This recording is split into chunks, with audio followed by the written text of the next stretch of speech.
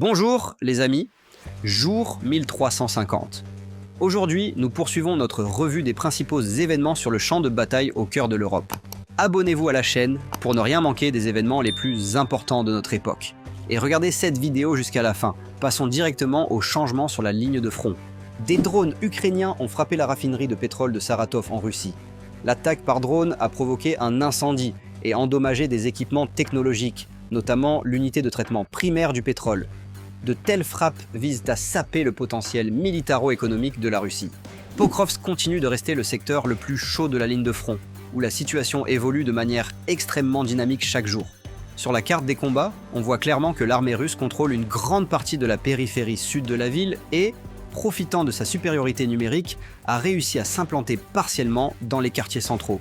Selon les renseignements ukrainiens, on estime qu'entre 260 et 300 soldats russes se trouvent actuellement à l'intérieur de la ville de Pokrovsk.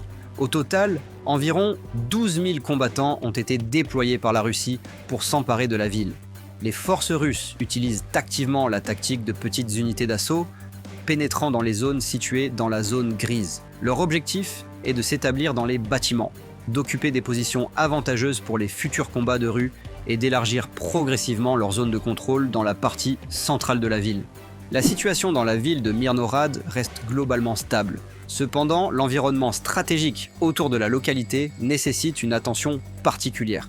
La principale menace réside dans l'intention des forces russes de réaliser un encerclement opérationnel de Myrhorod ainsi que de plusieurs localités voisines. Selon les dernières informations, la distance entre les quartiers de Pokrovsk contrôlés par les forces russes et les positions russes dans la zone de Krasny Liman est d'environ 8 km. Par ailleurs, l'écart entre deux zones grises, des territoires non contrôlés où les combats sont actifs et où la situation tactique évolue, s'est réduit à environ 3 km.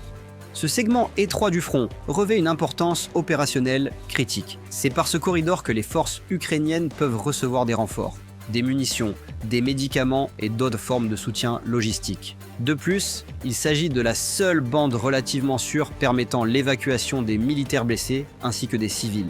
En cas de percée ou de rétrécissement supplémentaire de cette voie d'accès, la situation pourrait devenir critique. Les forces ukrainiennes ont complètement stabilisé la situation dans le secteur de la percée qui s'était produite en août. À ce moment-là, l'armée russe, profitant de l'effet de surprise et d'une nette supériorité en effectifs, avait réussi en quelques jours à avancer d'environ 13 km à l'intérieur des lignes de défense ukrainiennes. L'ennemi s'était retranché sur les positions occupées et avait tenté de poursuivre son offensive, cherchant à créer une menace d'encerclement opérationnel de la localité de Kostiantynivka. En cas de succès, cela aurait pu ouvrir la voie à une offensive plus large contre la ville stratégiquement importante de Kramatorsk, qui constitue l'un des principaux centres logistiques de la région. L'Allemagne a fourni à l'Ukraine des systèmes supplémentaires de défense antiaérienne Patriot afin de renforcer la défense aérienne du pays. Cette décision a été prise dans le contexte de l'intensification des attaques de missiles et de drones russes contre les villes ukrainiennes et les infrastructures énergétiques. Les systèmes livrés permettront d'abattre plus efficacement les missiles balistiques et de croisière, ainsi que les drones à longue distance. Le Patriot est considéré comme l'un des systèmes de défense antiaérienne les plus efficaces au monde, capable de suivre et de frapper plusieurs cibles simultanément. Le commandement ukrainien souligne que le renforcement du bouclier aérien est crucial à l'approche de la période hivernale, lorsque les frappes russes visent traditionnellement les installations thermiques et électriques. Le Royaume-Uni a transféré à l'Ukraine un nouveau lot de missiles de croisière longue, portés Storm Shadow, afin de poursuivre les frappes contre des objectifs militaires importants sur le territoire russe.